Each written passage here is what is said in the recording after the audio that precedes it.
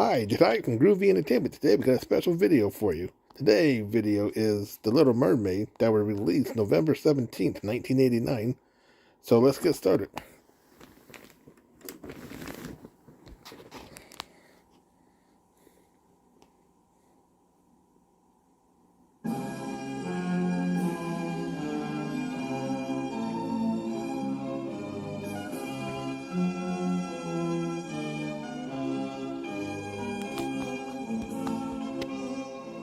A tale of the bottomless blue and its hay to the starboard ho.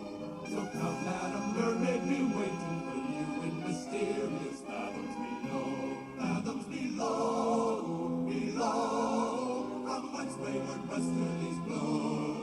Where Triton is king and his mermaid will sing in mysterious fathoms below.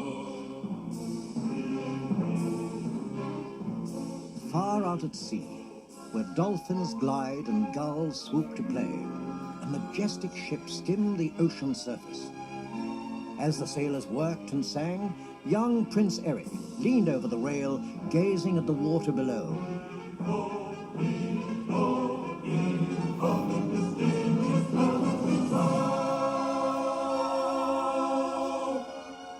While his thoughts floated with the waves, a salty old seafarer hailed him.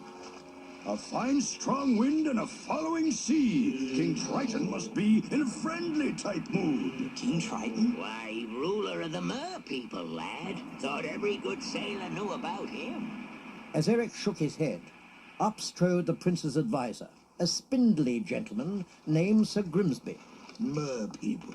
Eric, pay no attention to this nautical nonsense. But it ain't nonsense, it's the truth. Fathoms below they live. He pointed toward the ocean, but when the three men stared at the water, they saw only a flat, dark surface.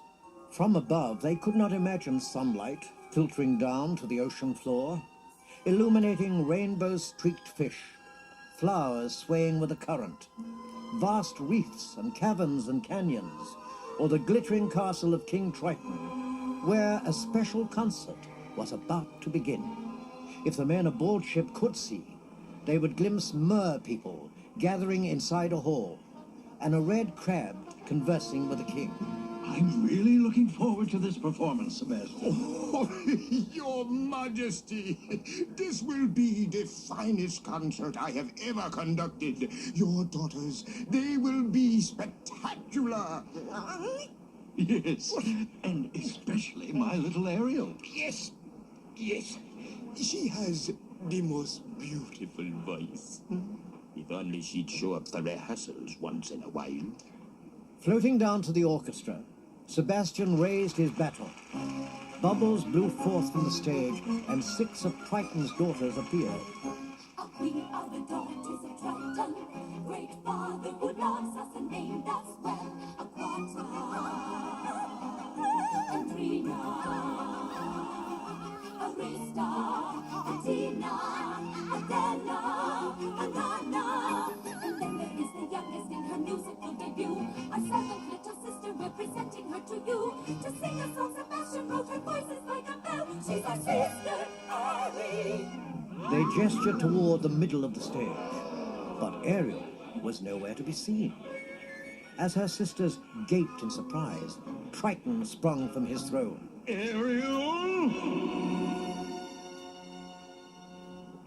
While the king fumed, the little mermaid romped miles from the palace with her companion, a roly-poly fish named Flounder. Ariel was busy exploring a sunken ship, and as she swam around collecting objects, her eyes lit upon a rusted fork. Oh my gosh. Oh my gosh. Have you ever seen anything so wonderful in your entire life? Wow, cool. But, what is it? I don't know, but I bet Scuttle will. Swimming to the surface, Ariel found her seagull friend. She held up the fork. Scuttle, look what we found. Yeah, we're in a sunken ship, and it was really creepy. Human stuff, huh? Hey, let me see. Oh, Look at this. Wow. This is special. This is very, very unusual. What? What is it? It's a dingle hopper. Humans use these little babies to straighten their hair out. See? Just a little twirl here and a yank there, and voila. Yeah, I got an aesthetically pleasing configuration of hair that humans go nuts over. After Scuttle demonstrated, Ariel took the fork and began combing it through her long red hair. A dingle hopper. Flounder pointed to another item, a tobacco pipe. What about that one? Ah, this. I haven't seen in years. This is wonderful. A banded, bulbous snarfblat. Oh. Now, the snarfblat dates back to prehistorical times when humans used to sit around and stare at each other all day. Got very boring. So, they invented this snarfblat to make fine music. Allow me. Music? It's stuff. Oh, the concert! Oh my gosh, my father's gonna kill me! Concert was today? She had forgotten her debut. Ariel frantically stuffed her treasures into a sack, then dove underwater. As she swam toward the castle, two moray eels slithered in the shadows watching her. They were called Flotsam and Jetsam, and their glowing eyes acted as spyglasses for the sea witch, a half octopus, half woman with black tentacles and purple flesh. Confined to her ocean lair, Ursula sneered when she saw Ariel returning to the palace. Yes, hurry home, princess. We wouldn't want to miss old Daddy's celebration, now would we? Ha! Celebration indeed. Oh, bah! In my day, we had fantastical feasts when I lived in the palace. And now look at me, wasted away to practically nothing. Banished and exiled and practically starving, while he and his flimsy fish folks celebrate. Well, I'll give 'em something to celebrate soon enough. Flotsam, get some! I want you to keep an extra close watch on this pretty little daughter of his. She may be the key to Triton's undoing. As Ursula grinned in anticipation, Ariel hurried into the throne room. Triton was waiting for her, with Sebastian at his side. I just don't know what we're going to do with you, young lady. Daddy, I'm sorry, I just forgot. As a result of your careless behavior, Careless and reckless behavior. the entire celebration was... Well, it was ruined. That's all. Completely destroyed. This concert was to be the pinnacle of my distinguished career. Now, thanks to you, I am the laughingstock of the entire kingdom. Flounder, who had been hovering nearby, swam to Ariel's defense. But it wasn't her fault. Well, first, this shark chased us. Yeah, and we tried to, but we couldn't. And he, and we, whoa! And then we were safe. But then the seagull came, and it was this is this, and that is that, and... Seagull? What? Oh, you went up to the surface again, didn't you? Didn't you? Nothing happened. Oh, Ariel, how many times must we go through this? You could have been seen by one of those barbarians, by one of those humans. Daddy, they're not barbarians. They're dangerous. Do you think I want to see my youngest daughter snared by some fish-eater's hook? I'm 16 years old. I'm not a child anymore. Don't you take that tone of voice with me, young lady. As long as you live under my ocean, you'll obey my rules. But if you would just listen. Not another word. And I am never to hear of you going to the surface again. Is that clear? Almost in tears, Ariel whirled around and rushed out of the castle. The king thought for a moment, then turned to Sebastian. Do you think I was too hard on her? Definitely not. Why, if Ariel was my daughter, I'd show her who was boss. None of this flitting to the surface and other such nonsense. No, sir, I'd keep her under tight control. You're absolutely right, Sebastian. Of course. Ariel needs constant supervision. Constant. Someone to watch over her, to keep her out of trouble. All the time. And you are just the crab to do it. As Sebastian gulped, the Sea King waved him away with his trident, and the tiny crab had no choice but to hurry after Ariel. He followed her to a grotto far from the castle. Sebastian hid behind a rock, then peered out.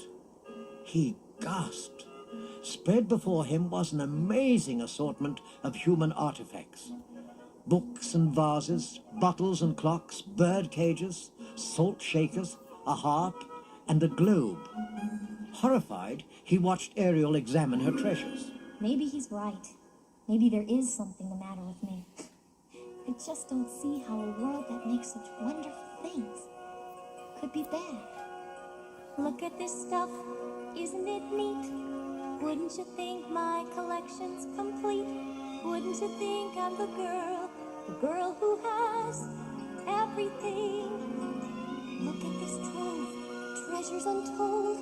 How many wonders can one cavern hold? Looking around here you think, sure, she's got everything.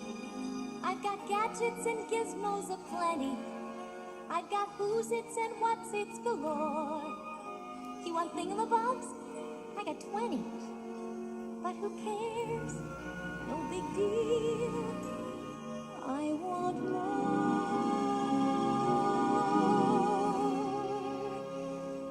I want to be where the people are. I want to see them dancing, walking around on those, what do you call them? Oh, feet. Flipping your fins, you don't get too far. Legs are required for jumping, dancing, strolling along down a, what's that word again? Street. Up where they walk, up where they run, up where they stay all day in the sun, wandering free. Wish I could be part of that world. What would I give if I could live out of these waters? What would I pay to spend a day warm on the sand? Betcha on land, they understand that they don't reprimand their daughters. Bright young women, sick of swimming, ready to stand. I'm ready to know what the people know. Ask them my questions and get some answers. What's a fire and why does it, what's the word? Burn. When's it my turn? Wouldn't I love to explore that shore up above? Out of the sea. Wish I could be part of that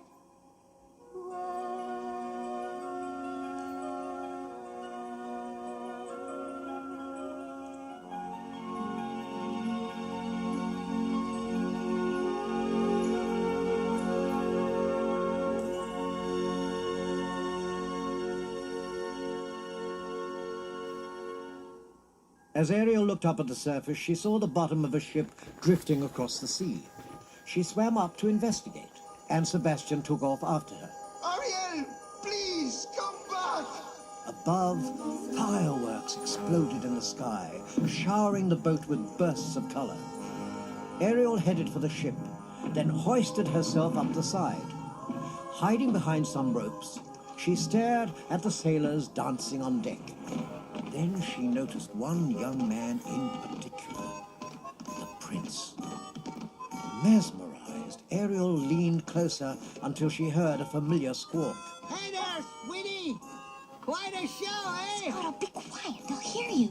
Ooh, I gotcha. We're being intrepidatious. We're out to discover!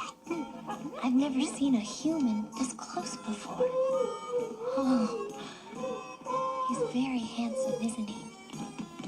I don't know, he looks kind of hairy and slobbery to me. Not that one. The one playing the snarf blast. While Ariel gazed at Eric from her hiding place, Sir Grimsby presented him with a birthday gift, an impressive marble statue. The prince stared at the likeness of himself. Gee, Grim. It's really something. Yes, I commissioned it myself. Of course, I had hoped it would be a wedding present. Oh, come on, Grim. Don't start. Look, you're not still sore because I didn't fall for the Princess of Glowerhaven, are you? Oh, Eric, it isn't me alone. The entire kingdom wants to see you happily settled down with the right girl. Oh, she's out there somewhere. I just haven't found her yet. Perhaps you haven't been looking hard enough. Oh, believe me, Grim, when I find her, I'll know. Without a doubt, it'll just, bam, hit me. Like lightning. At that moment, lightning flashed across the sky and raindrops splattered the deck. Out of nowhere came the wind, tearing at the sails and churning the waves into enormous swells. Whoa, the wind's all of a sudden on the move here. Yo! As Scuttle was blown into the air, Ariel clung to the ship's side, straining to see Eric through the pouring rain. When she finally glimpsed him at the helm, the boat heaved violently and Ariel tumbled into the water. As she fell, a lightning bolt struck the mast. Ariel struggled to the surface. In the distance, she saw the burning ship crash against some rocks, hurling the crew into the ocean. She spotted Eric clinging to a plank and swam frantically toward him. Before she could reach him, he lost his grip and sank underwater. Ariel dove after him. Using all her strength, she pulled the unconscious prince to shore. While she gazed down at him, a bedraggled Scuttle landed nearby. Is he dead? It's hard to say. Oh, I can't make out a heartbeat. No, look! He's breathing. He's so beautiful. What would I give to live where you are? What would I pay to stay here beside you? What would I do to see you smiling at me? Where would we walk? Where would we run? If we could stay all day in the sun, just you and me, and I could be part of your world. As Eric began to stir, Ariel heard Sir Grimsby approaching. She dove into the water before they saw her. Eric! Eric! Oh, you really delight in these sadistic strains on my blood pressure, don't you? A girl rescued me. She was singing. She had the most beautiful voice. Eric, I think you swallowed a bit too much seawater. Off we go. Grimsby helped the dazed prince to his feet. From the ocean, Ariel watched them walk away. Meanwhile, Ursula was down in her lair, observing the mermaid through the eyes of Flotsam and Jetsam. Oh, no. I can't stand it. It's too easy. The child is in love with a human. And not just any human. A prince. And Daddy'll love that. King Triton's headstrong, lovesick girl would make a charming addition to my little garden. She waved her arm over a cluster of polyps, grimacing sea growths who had once been free souls. They were all mer people who had been transformed into writhing plants after failing to keep a contract with a witch. Later that day, Ursula watched Ariel toy with a flower, plucking the petals one by one. The witch saw Sebastian try to reason with the mermaid. Scuttle knows where he lives. Ariel, please, will you get your head out of the clouds and back in the water where it belongs? I'll swim up to his castle. Then Flounder will splash around to get his attention, and then we'll Down go... here is your home. Ariel, listen to me. The human world, it's a mess. Life under the sea is better than anything they got up there. The seaweed is always greener in somebody else's lake. You dream about going up there, but that is a big mistake. Just look at the world around you, right here on the ocean floor. Such wonderful things around you. What more are you looking for? Under the sea. Under the sea, darling, it's better down where it's wetter. Take it from me. Up on the shore, they work all day. Out in the sun, they slave away. while we devoting full time to floating under the sea. Down here on the fish is happy as after the waves roll. The fish on the land ain't happy this hot Thursday in the bowl. But fish in the bowl is lucky, they in for a worse of fate. One day when the boss get hungry, yes, you go beyond the pay. Oh, under the sea, under the sea. Nobody beat us, fry us, and eat us in fricassee. We want the land folks loves to cook. Under the sea we have to hook. We got no troubles. Life is the bubbles under the sea. Under the sea. Since life is sweet here, we got to be here naturally. Even the sturgeon and the ray, they did the earth start to play. We got the spirit, you got to hear it under the sea. The lute play the flute, the cop play the harp, the players play the bass and the sound and sharp, the bass play the brass, the chub play the tub. The flute is the Duke of Soul. The lady can play the lings on the strings, the chub rocking on the blackfish. She sings this belt and this spot, they know where it's at, they know that blowfish blow.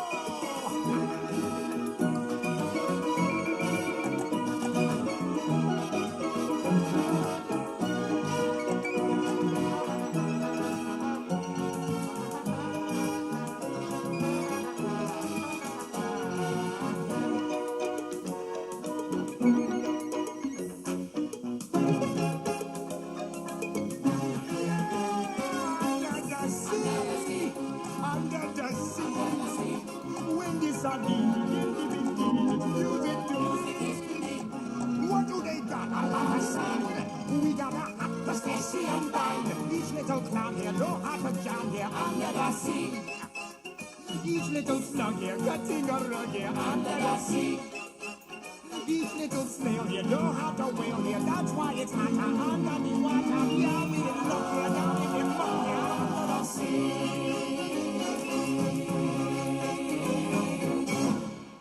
Caught up in the excitement, Sebastian hadn't noticed that Ariel had disappeared. As he was about to dash after her, a seahorse messenger delivered a message from the king. Sebastian hurried to the castle and nervously approached Triton, who believed that Ariel was in love with a merman. I'm concerned about Ariel.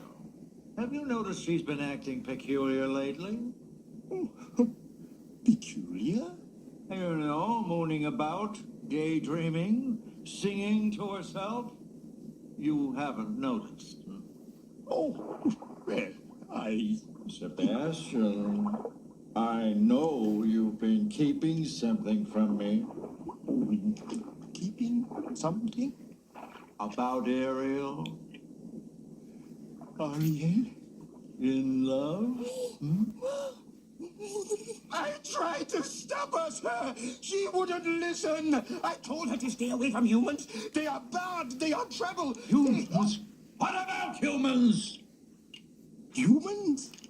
Who said anything about humans? Fearing the king's wrath, Sebastian unwillingly led Triton to Ariel's grotto. They found her staring at the prince's statue, which Flounder had retrieved after the storm. Daddy! I consider myself a reasonable merman. I set certain rules, and I expect those rules to be obeyed. But Daddy... Is it true you rescued a human from drowning? Daddy, I had to. Contact between the human world and the mer world is strictly forbidden. Ariel, you know that. Everyone knows that. He would have died. One less human to worry about. You don't even know him. Know him? I don't have to know him. They're all the same. Spineless, savage, harpooning fish eaters. Incapable of any feeling. Daddy, I love him! No. Have you lost your senses completely? He's a human. You're a mermaid. I don't care. So help me, Ariel. I am going to get through to you. And if this is the only way, so be it. Aiming his trident, the Sea King fired bolts of lightning at her treasures, making them explode before her eyes. Daddy! No! No! Please! Daddy, stop! Daddy, stop it! Determined to destroy everything, he pointed the trident at Prince Eric's statue. Daddy, no! Ariel tried to stop him, but a lightning bolt flashed, shattering the statue. She swam to the spot where Eric's image had stood and collapsed on a rock, sobbing. After Triton left, Ariel looked up and saw two eels grinning at her. Who are you? Don't be scared. We represent someone who can help you. Someone who can make all your dreams come true. Just imagine you and your prince together forever. I don't understand. Ursula has great powers. The Sea Witch? Why, that's... I couldn't possibly. No! Get out of here! Leave me alone! Suit yourself. It was only a suggestion. When Flotsam and Jetsam turned away, Ariel glanced at the rubble from the statue. She saw a fragment of the prince's face, and remembering her love for Eric, dashed after the eels. Wait! Yes? As Ariel and the eels left the grotto, their passing shadows fell over Flounder and Sebastian. Ariel, where are you going? Ariel, what are you doing here with this riffraff? I'm going to see Ursula. Ariel, no! No, she's a demon! She's a monster! Why don't you go tell my father? You're good at that. Sebastian's jaw dropped as Ariel hurried to catch up with Ursula's spies. The crab motioned to Flounder, and the two set out for Ursula's domain.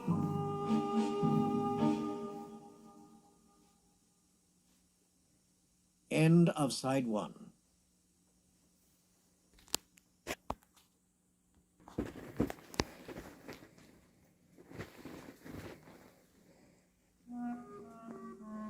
Swimming past underwater volcanoes and barren terrain, they entered the mouth of a whale skeleton and cringed as they watched Ariel timidly approach the Sea Witch.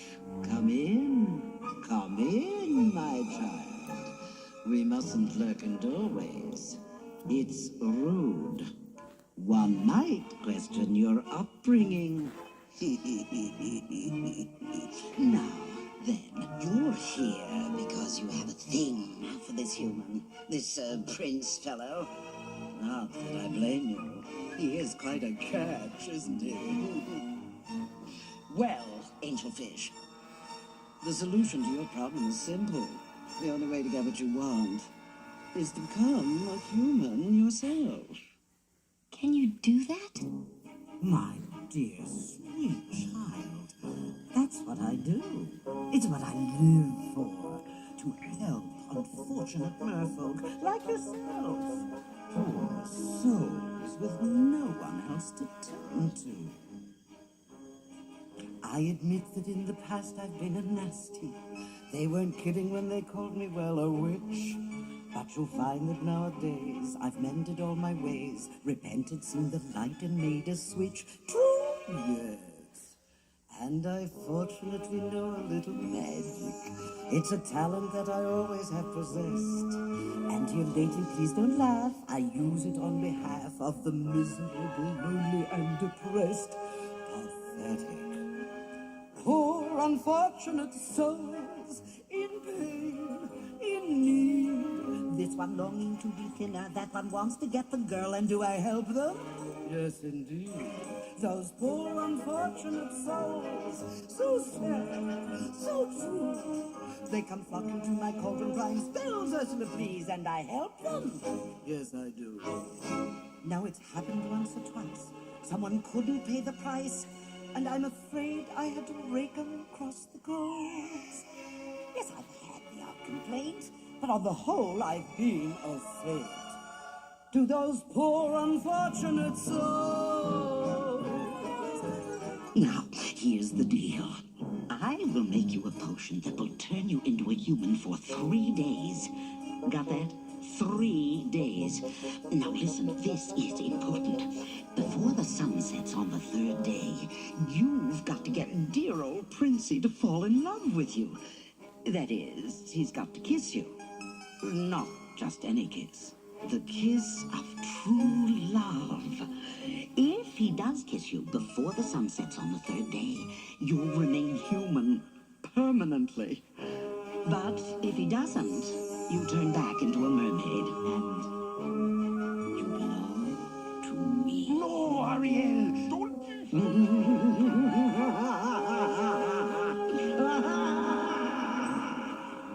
Have we got a deal? If I become human, I'll never be with my father or sisters again. But you'll have your man.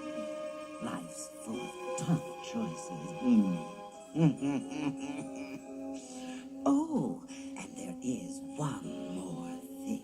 We haven't discussed the subject of payment. But I don't have I'm not asking much, just a token, really a trifle. What I want from you is your voice. But without my voice, how can I...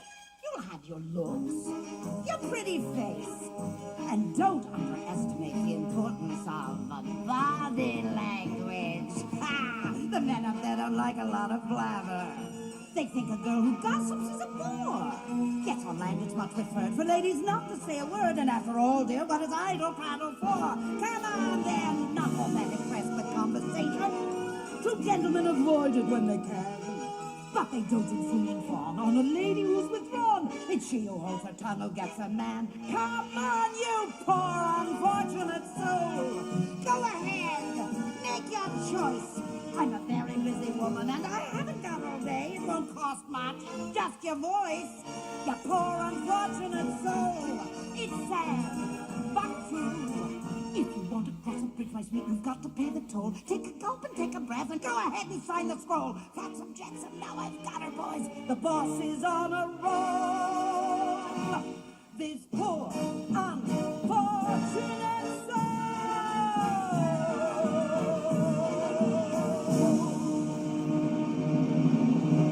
Aluga, Savruga, winds of the Caspian Sea. Glossitis, neck laryngitis, la voce to me. Now sing.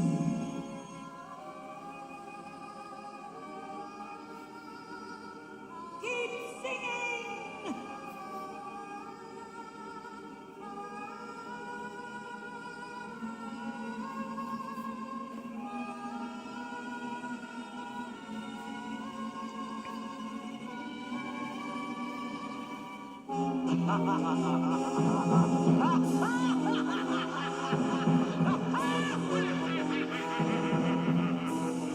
After Ariel signed the contract, Ursula hunched over a cauldron. Soon, wisps of smoke appeared in the shape of hands and swirled around the mermaid's throat. The magical hands removed Ariel's voice and carried it back to Ursula, who captured it in a shell necklace around her neck.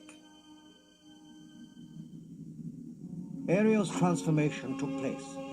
No longer a mermaid, she struggled under the water until Sebastian and Flounder lifted her toward the ocean surface. They helped her to shore, where they found Scuttle scratching his head, trying to figure out what was different about Ariel. Don't tell me. I got it. It's your hairdo, right? You've been using a dingle hopper, right? No? No, huh? Well, let me see. New seashells? No new seashells. I gotta admit, I can't put my foot on it right now, but if I just stand here long enough, I know She's that got legs, you idiot! She traded her vice to the sea witch and got legs. Jeez, man. I knew that. Ariel's been turned into a human.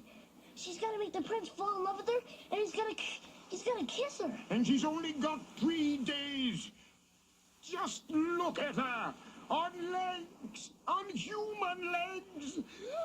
My nerves are shot. This is a catastrophe. What would her father say? I'll tell you what her father'd say. He'd say he's gonna kill himself a crab. That's what her father'd say. I'm gonna march myself straight home right now and tell him just like I should have done the minute. And don't you shake your head at me, young lady. Maybe there's still time.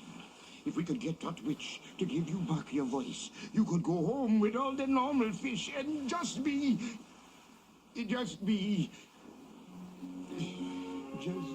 miserable for the rest of your life.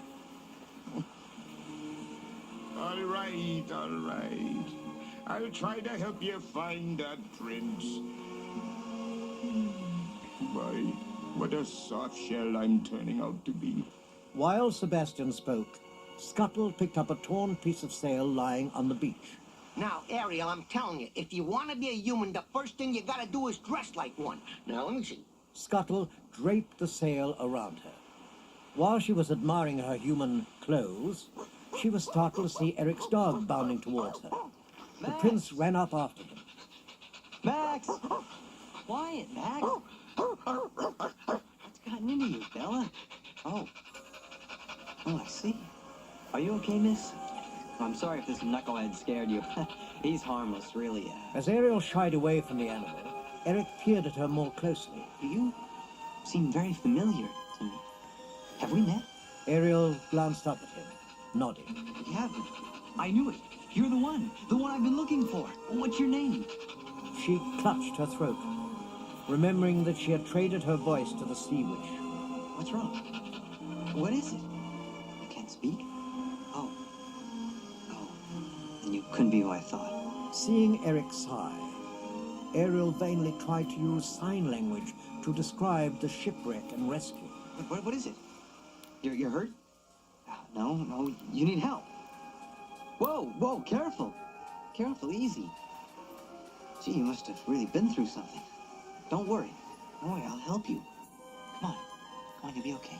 When the prince saw Ariel attempt to walk, he slipped an arm around her and escorted her to the castle. Upon their arrival, a maid named Carlotta whisked Ariel upstairs for a bath. Eric joined Sir Grimsby in the dining room and stared out of the window, haunted by the memory of the girl with the lovely voice.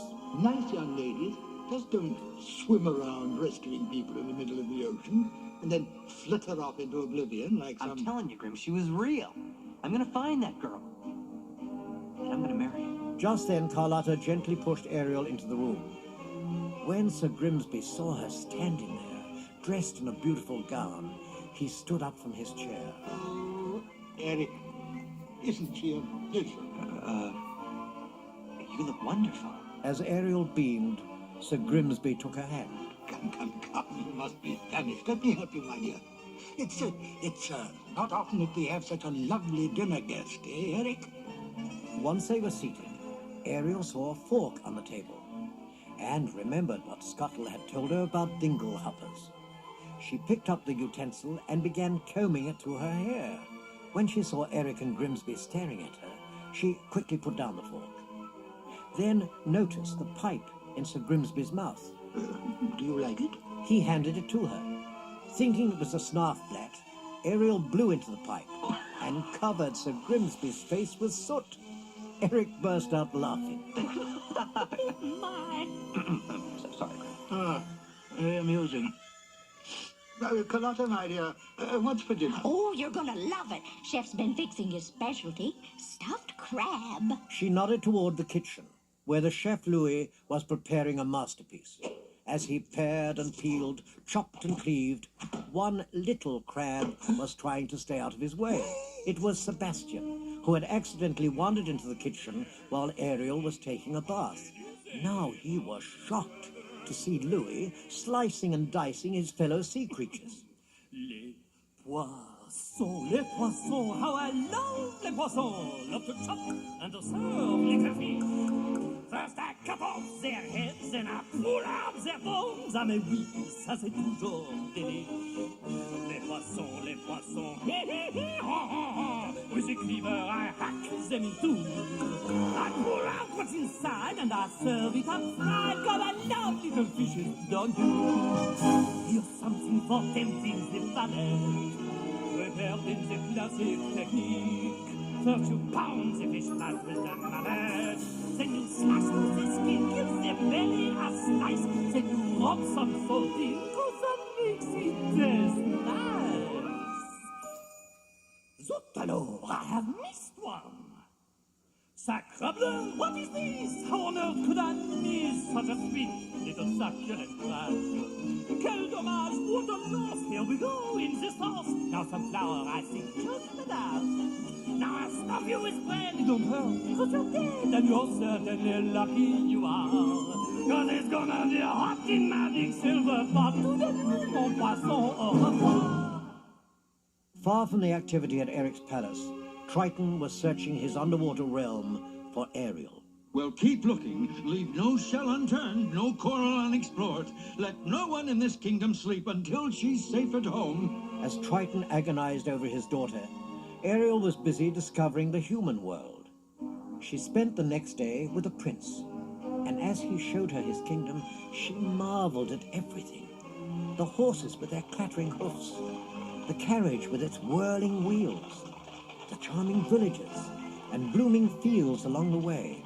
Together, Ariel and Eric strolled in a marketplace, then danced, and later watched the sunset as the carriage crested a hill.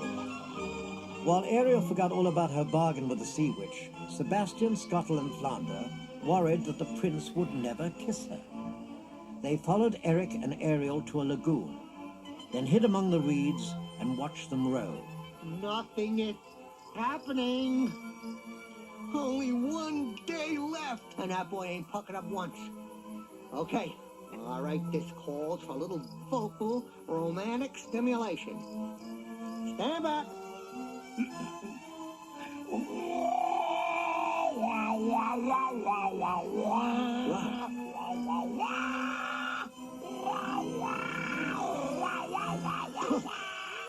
Jeez, man, I'm surrounded by amateurs. You want something done, you've got to do it yourself.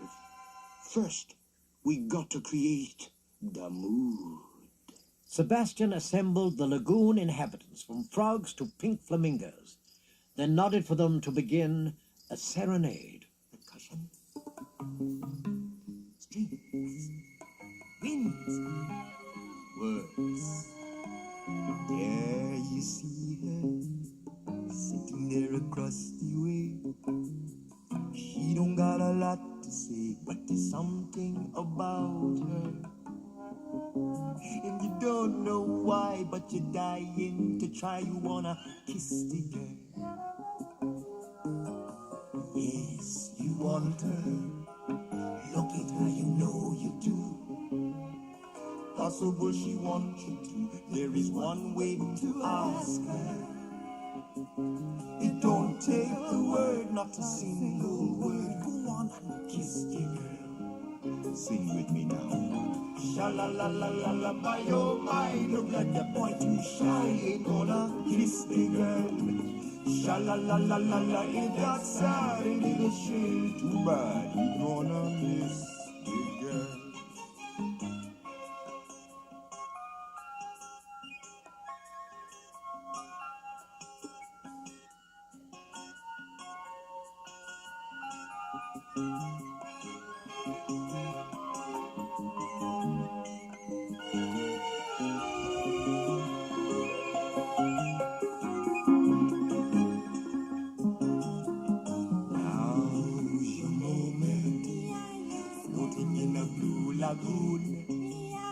Boy, you better do it soon.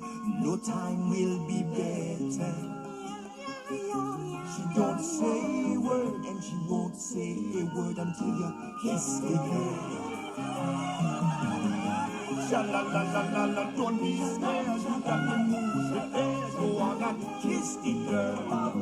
Sha-la-la-la-la-la, don't stop now. Don't try to hide it how you wanna kiss the girl. Sha-la-la-la-la-la, float along and listen to the sounds. The sounds say kiss the girl. Sha-la-la-la-la, the music play. What the music say? You gotta kiss the girl. You gotta kiss the girl. You wanna kiss the girl. You gotta kiss the girl. Go on and kiss the girl. Eric leaned closer to Ariel, but as he bent to kiss her, the boat was tipped over by Flotsam and Jetsam, who rose to the surface sniggering. Nice work, boys. That was a close one. Ursula observed the incident from her lair. Too close. The little tramp. Oh, she's better than I thought.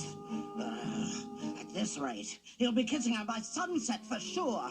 Well, it's time Ursula took matters into her own tentacles. Triton's daughter will be mine.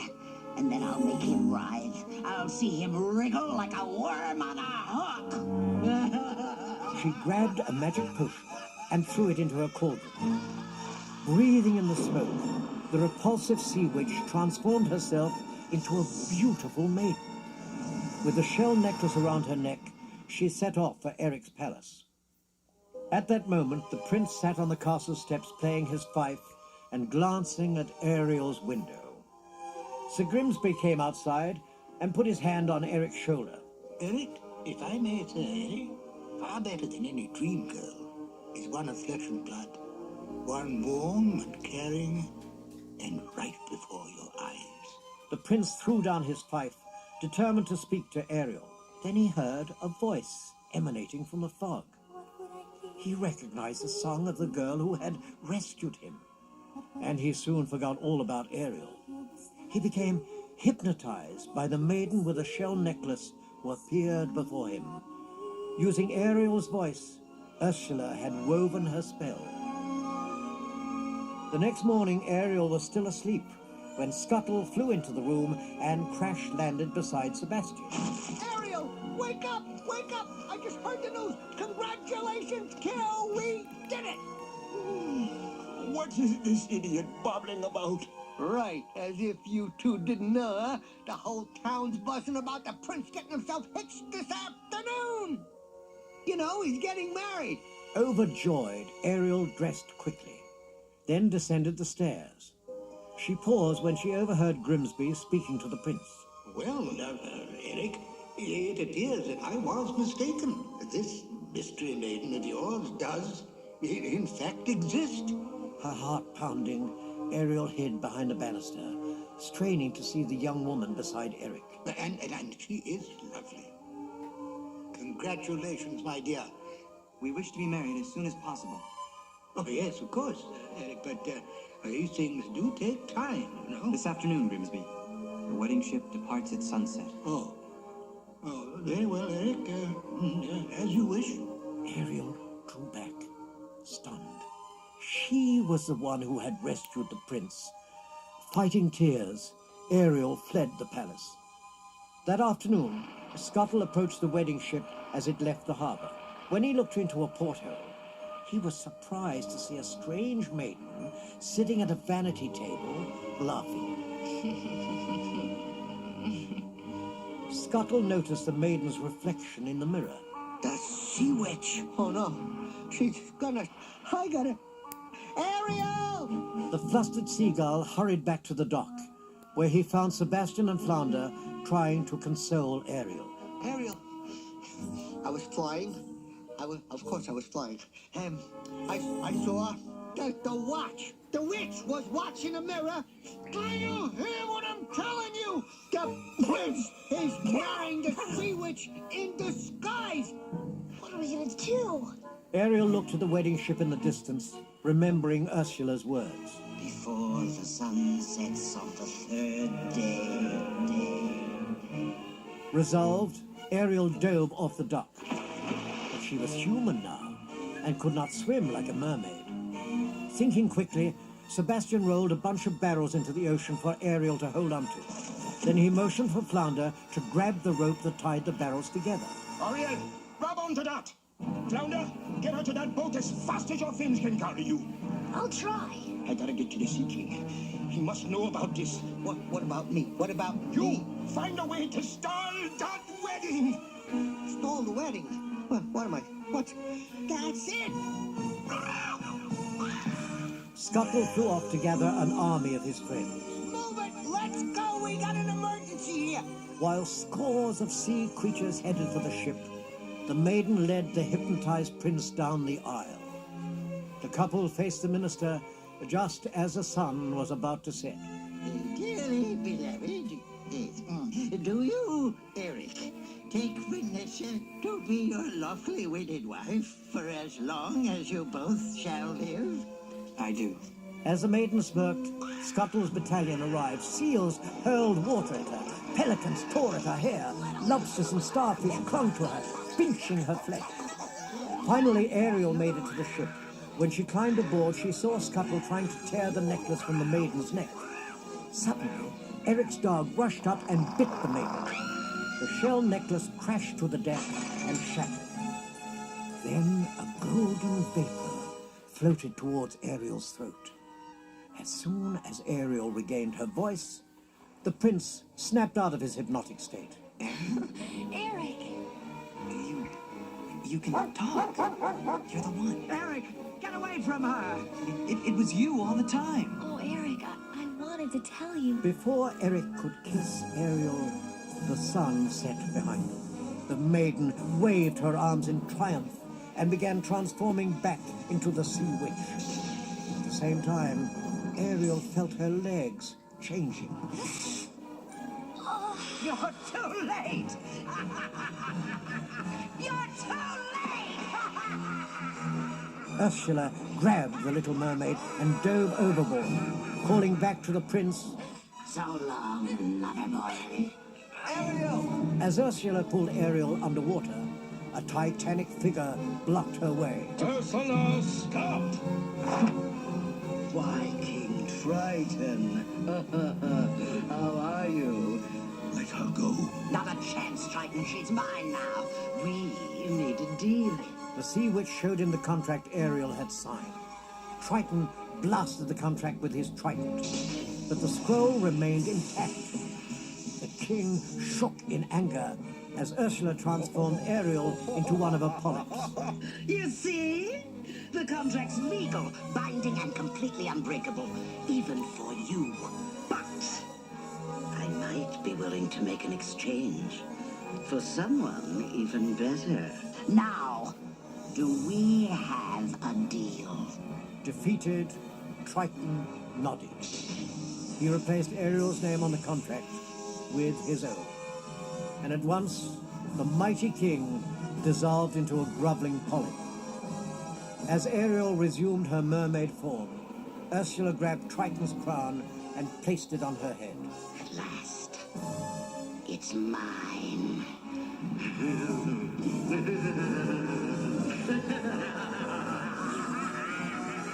You monster! Don't fool with me, you little brat! Contract to Noah Black! A harpoon had shot out of nowhere and grazed Ursula's arm. It was Eric swimming above her. The witch's eel sped after him. Eric, look out! Before the prince could climb onto a boat, Flotsam and Jetsam dragged him underwater. Sebastian and Flounder saw the commotion, and the crab clamped his claws down on their tails, while Flounder hit one of the eels over the head. The furious vipers released Eric to chase after them. When the sea witch saw Eric alone, she aimed the trident at him, glancing back at Ariel. Say goodbye to your sweetheart. Ariel lunged at Ursula, knocking the trident loose. It misfired and blasted Flotsam and Jetsam.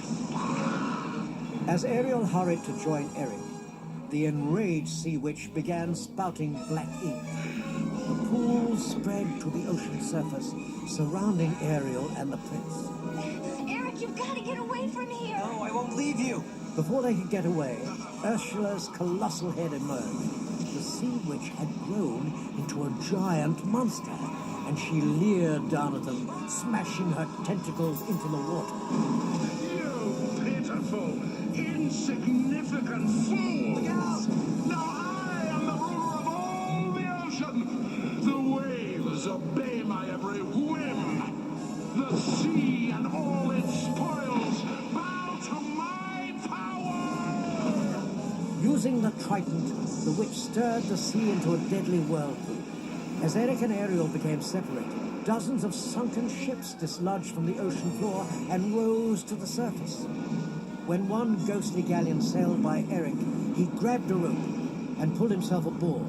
As he staggered to the helm, he saw Ursula towering over Ariel, the trident poised in her gargantuan hand. So much for true love! She brought her arm back, then glanced over to see a ship speeding straight toward her. At the last moment, Eric steered the bowsprit into the witch, stabbing her. Ursula writhed and squirmed. Lightning flashed across the heavens as her body sparked and sputtered, then disintegrated into a gelatinous mass. Moments later, the witch's glowing remains trickled down to her domain, where they dusted the polyps in her garden. The plants magically transformed back into mer people, and the freed souls swam away. One polyp remained, King Triton's. Now that Ursula no longer wielded the trident, it sunk underwater to complete the metamorphosis. It gently touched the one remaining polyp, and the Sea King emerged, restored to power. After the waters calmed, and the gulls began to circle, and dolphins glide through their ballet, Triton went in search of his daughter. He found her on the surface, sitting on a rock. She was gazing at Eric in the distance. The king turned to Sebastian. She really does love him, doesn't she, Sebastian? Well, it's like I always say, Your Majesty.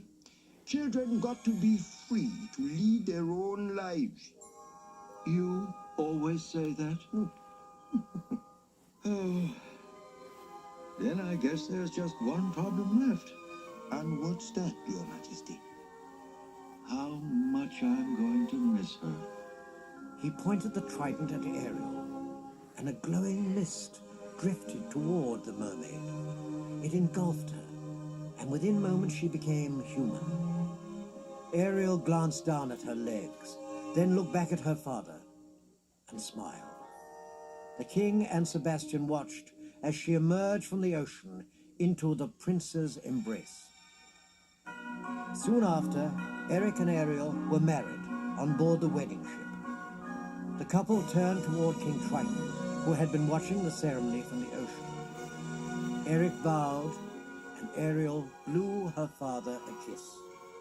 Then the king waved his trident, and a magnificent rainbow appeared, spanning the sky above all who walked on earth, and all who swam the sea.